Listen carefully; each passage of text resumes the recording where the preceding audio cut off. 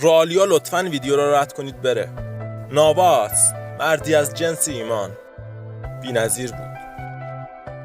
مارسلو موفرفری دوست داشتنی، هیچ کس از این بدش نمیاد. و پپه دفاع نبود، این بشر صخره بود. ال کاپیتانو راموس تایم دوست داشتنی و دنی کارواخال وفادار و عاشق تیم. کاسیمیرو هم معروف به تانک برزیلی، واقعا دوست داشتنی بود، عجب شوتایی میزد. مودریچ این روزا داره 40 ساله میشه، جادوگر محبوب میانه زمین. تونی کروس مهندس آلمانی، لایت یادت نره رفیق. گرت بیل هم شاهزاده ولزی، هیچ وقت به حقش نرسید. به به کریم بنزما حاجی خودمون. کریس رونالدو رو شما بگید. دلتون برای اون روزا تنگ نشده؟ یادش بخیر.